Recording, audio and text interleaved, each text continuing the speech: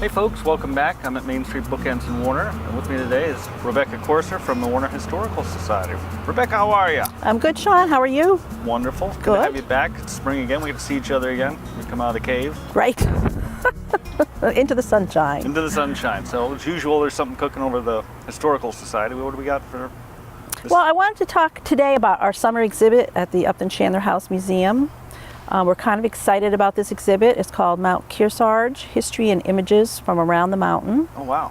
So it's not specifically just on Warner, although that's a big component, but we're also talking about other things that happened around the mountain as well. As you know, there's no front side and back side of the mountain. It just depends on where you live in the locality. Exactly.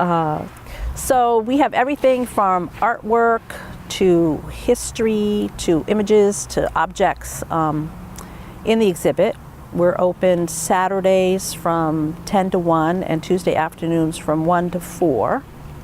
And so we cover everything from the geology to early settlements to the Great Tornado of 1821, which to this date is the storm that had the most loss of life in the state of New Hampshire. Yeah, 7 people died. Wow. In that storm. When was that again? 1821. It came across from Vermont, across the the river there, and then through Sunapee, over Lake Sunapee, and smashed right in and over Mount Kearsarge. No kidding. I didn't know about that. It was a pretty big event. After it was over, people traveled to see the devastation that had happened. Was that bad? Huh? In the gore, yeah. Wow. See, little bits like that. I'm sure there's you got a ton of stories about Mount Kearsarge. We do have a ton of stories. Then we talk about the USS Kearsarge. Obviously, that was very important during the Civil War. It took down a lot of the Confederate ships, particularly the Alabama, which was its biggest victory. And so after the Civil War, people came home and started to regroup and started to think about the economy, and tourism started, and a man by the name of Chase from Concord purchased land in Wilmot and built the Wilmot, a hotel in Wilmot that became known as the Winslow House. It was named after Admiral Winslow, who captained the USS Kearsarge, and he actually came up to the opening of the hotel and presented gifts, paintings, Bibles, and spent some time there. Chase also was smart and bought the land that the spring was on top of the mountain and built a stone and wood building, which was known as the Summit House or the Spring House. And it was a shelter, a place for people to get out of the weather. It was a place for them to get water.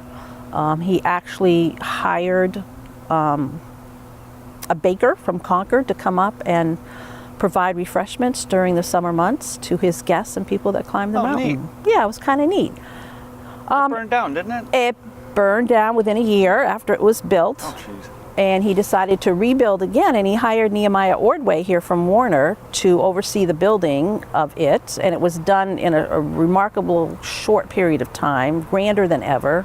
Admiral Winslow comes back to reopen it, and it gets Ordway thinking about, what can I do here in Warner? So he buys the hotel, which was located where the Pillsbury Library is today. Yep. And it was a 2.5-story building that he expanded to 4 stories with a mansard roof and double piazzas all the way around. The railroad was here. He made negotiations with the railroad to offer tickets for people to come here and stay and climb the mountain. And then he worked on the town of Warner to help him build a toll road of which he'd collect the money of the mountain. It took him several years before he got the town convinced that that was a good thing, but eventually that did happen and a road was built. And it's still here, but there's no tolls in Warner. There's no tolls in Warner. You do have to pay a fee to the Park Service to get in. Well, there you go. There you go. I'm sure you got a lot of stuff down there. Folks, head down, learn more about Mount Kearsarge and surrounding areas. And once again, something wonderful is happening in Warner. Back to you.